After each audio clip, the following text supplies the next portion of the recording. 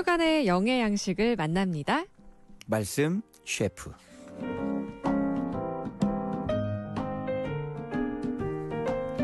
사랑의 뜰한 공식 말씀 셰프 청라 좋은밭교회 이동복 목사님 오셨습니다. 안녕하세요. 네, 여러분 안녕하세요. 청라 좋은밭교회 말씀 셰프 이동복 목사 인사드리겠습니다. 네, 목사님께서 이 말씀 셰프가 되시기까지 오랜 기간 동안 하나님께서 훈련하신 기간이 있으셨다고 들었어요. 그렇습니다. 9년 정도? 맞습니다. 네, 그 기간 동안은 어떻게 하나님께서 훈련을 시키셨나요? 먼저 이게 말씀 훈련 받으려면요, 인생이 좀 주저앉아야 됩니다. 그래서 제 인생 주저앉아가지고요, 아무것도 할 게 없더라고요. 그래서 내가 말씀 묵상이라도 해야지라고 시작하는데, 이 말씀이 깨달아지면서 한 1년에 2번 정도 통곡이 터지더라고요. 그래서 말씀 보면서 나고치고, 말씀 보면서 나고치고. 그러다 보니까 말씀을 알게 되고 예수님을 알게 되고 교회가 생겨버리게 되었습니다. 할렐루야. 네. 이 얘기 또 자세히 듣고 싶은데 나중에 또 기회가 있겠죠. 특집? 네. 말씀 셰프 특집. 기다려보겠습니다. 네. 네, 오늘은 요한복음 5장 1절에서 29절을 살펴봐 주시면 되겠습니다. 네. 제가 21절부터 30절까지 읽어드릴게요. 그 22절부터 네. 29절까지 읽으셔도 되겠어요. 그럴까요? 네네. 알겠습니다. 네. 22절부터 29절까지. 아버지께서 아무도 심판하지 아니하시고 심판을 다 아들에게 맡기셨으니 이는 모든 사람으로 아버지를 공경하는 것 같이 아들을 공경하게 하려 하심이라. 아들을 공경하지 아니하는 자는 그를 보내신 아버지도 공경하지 아니하느니라. 내가 진실로 진실로 너희에게 이르노니 내 말을 듣고 또 나 보내신 이를 믿는 자는 영생을 얻었고 심판에 이르지 아니하나니 사망에서 생명으로 옮겼느니라. 진실로 진실로 너희에게 이르노니 죽은 자들이 하나님의 아들의 음성을 들을 때가 오나니 곧 이때라. 듣는 자는 살아나리라. 아버지께서 자기 속에 생명이 있음 같이 아들에게도 생명을 주어 그 속에 있게 하셨고 또 인자됨으로 말미암아 심판하는 권한을 주셨느니라. 이를 놀랍게 여기지 말라. 무덤 속에 있는 자가 다 그의 음성을 들을 때가 오나니 선한 일을 행한 자는 생명의 부활로 악한 일을 행한 자는 심판의 부활로 나오리라. 아멘. 아멘. 네. 이 요한복음을 우리가 많이 읽는 성경이잖아요. 네네.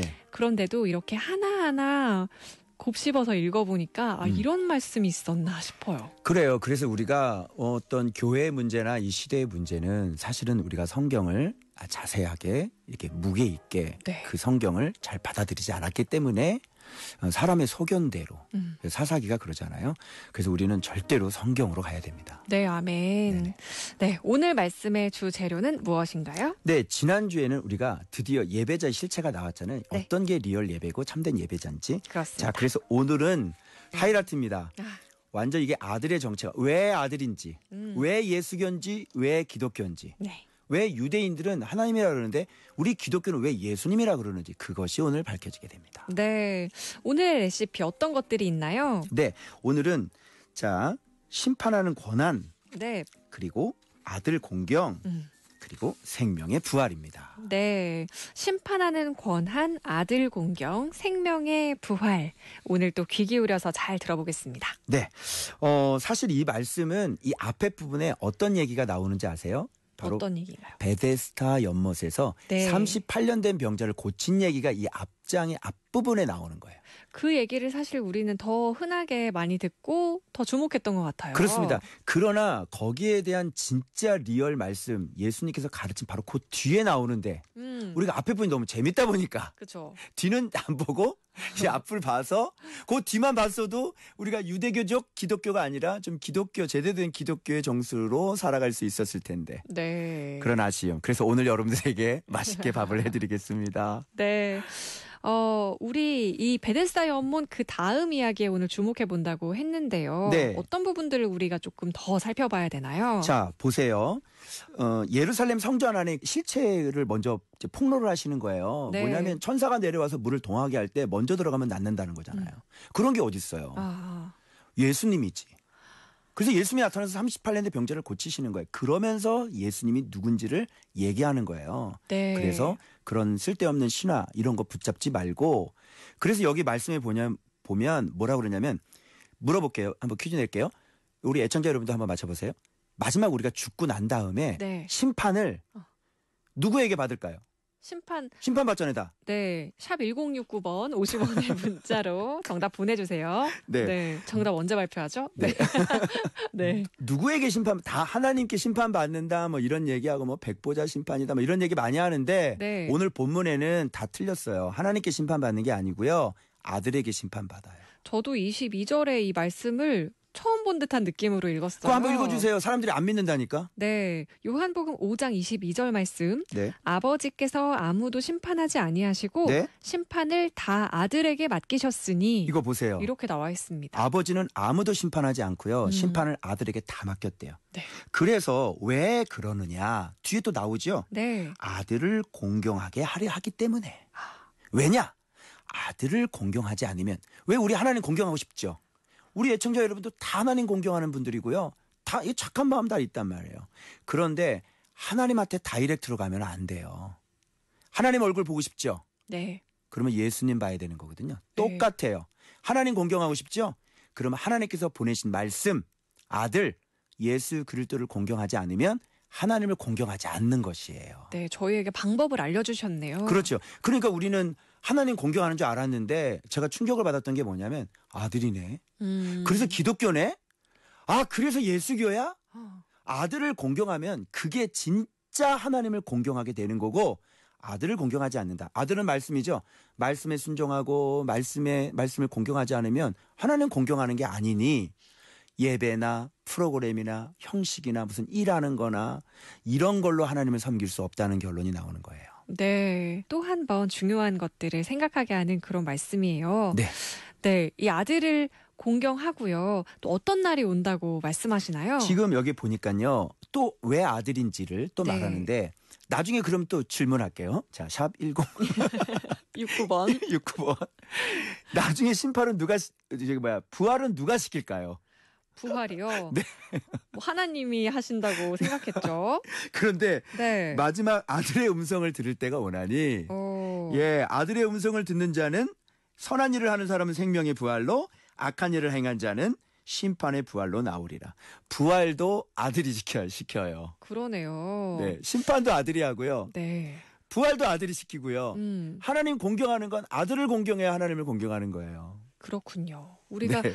이런 조금 더 세세하게 하나님의 말씀에 뭐라고 적혀 있는지 좀 이렇게 알고 네. 네, 하나님을 더 섬기면 좋겠다 이런 생각을 오늘 하게 됩니다. 네. 그럼 우리 찬양 듣고 와서 마지막 정리해 보도록 하겠습니다. 네. 오늘 우리가 예수 그리스도에 대해서 집중해 보았는데 이 예수 그리스도가 이렇게까지 중요한 이유가 무엇인가요? 네. 그래서 이 예수 그리스도를 통해서 우리가 영생을 얻고 물이 공급이 되고 우리가 참된 양식을 먹게 되고 이 세상의 문제는 다 해결되고 천상의 문제까지 다 해결이 되는 거예요. 우리가 영생도 없고 갈급한 이 현실도 해결되고 그렇습니다. 예수님을 통해서 하나님도 볼 수 있고 네. 네. 이 실제란 말이에요. 그래서 제가 이 묵상을 하면서 제가 이제 이 교재를 요한복음 이 제자훈련 교재를 제가 다 완성을 했거든요. 네. 하면서 이 부분에 가서 우리 성도님들 가르쳐 주니까요. 막 왜 11조 이렇게 온전히 못하고 왜 이렇게 조금씩 하는 분들 있잖아요. 그 남편분들. 네. 그 남자가 이걸 배우더니요. 11조를 온전하게 하는 거예요. 어. 예수님이에요? 예수님이 보좌 우편에 앉아 계신 그 예수님이 이 정도예요?